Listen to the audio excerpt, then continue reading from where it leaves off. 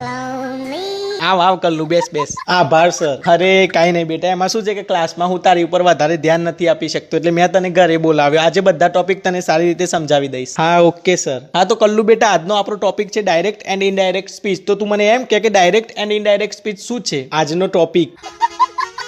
ઉભો થા, stand up. આ તારા સર જોડે મજાક કરી રહ્યો છે તું? તને ટાઈમ પાસ માટે બોલાવ્યો છે મેં અહીંયા? અરે સર, તમે તો કહ્યું કે આજનો ટોપિક અરે બસ તું રહેવા દે કલ્લુડા કાકડા. હું સમજી ગયો કે કૂતરાની પૂંછડી કોઈ દિવસ સીધી થતી નથી. અરે સર, એ જ તો પ્રોબ્લેમ છે આપણા સમાજનો. શું? એ જ કે પૂંછડી તો કૂતરીની પણ સીધી નથી થતી, તો પણ દર વખતે ઓનલી કૂતરાને જ કેમ બદનામ કરવામાં આવે છે સર? અરે તારી સાસુનું શાક ડાજે કલ્લુ કાકડી. કઈ વાંધો નહીં, તું જા અહીંયાથી. મને ખબર પડી ગઈ છે ભાઈ કે કહેવત બનાવવા વાળાએ જ ભૂલ કરી છે. આદમી ભૂલ કરીને જ શીખે છે. કઈ વાંધો નહીં, તું જા અહીંયાથી હવે ભાઈ. ખાલી આદમીઓ જ શીખે છે સર, મહિલાઓ નહીં? અરે ભાઈ, પહેલી વાત તો એ કે મહિલાઓ કોઈ દિવસ પોતાની ભૂલ સ્વીકારતા નથી, અને બીજી વાત એ કે આ કહેવત મેં નથી બનાવી. એટલે તું આ બધા ફાલતુ સવાલ મને નથી કરને. તારા કરિયર ઉપર ફોકસ કર, જા જઈને. અરે પણ હું જ શું કામ કરિયર ઉપર દર વખતે ફોકસ કરું? એ પણ મારી ઉપર કરી શકે છે ને સર? અરે આ કલ્લુરિયા, કઈ વાંધો નહીં ભાઈ, હું કેરિયર ને જઈને પૂછું છું કે તું કલ્લુ ઉપર કેમ ફોકસ નથી કરતો. પણ હાલ તું જા અહીંયાથી ને વાંચવાનું કર, જા ભાઈ. અરે સર, આજથી જ ના, આજ નહીં કાલીથી કરીશ શાંતિથી. એના કોંડા જેવા કાર્યા કલ કરે છો, આજ કરના આજ કરે છો અભી. અરે સર, પાછી તમે લોજિકલ વાત કરો છો. હવે કાલે જે મારે ટટ્ટી કરવી હોય આજે હું કઈ રીતે કરી શકું?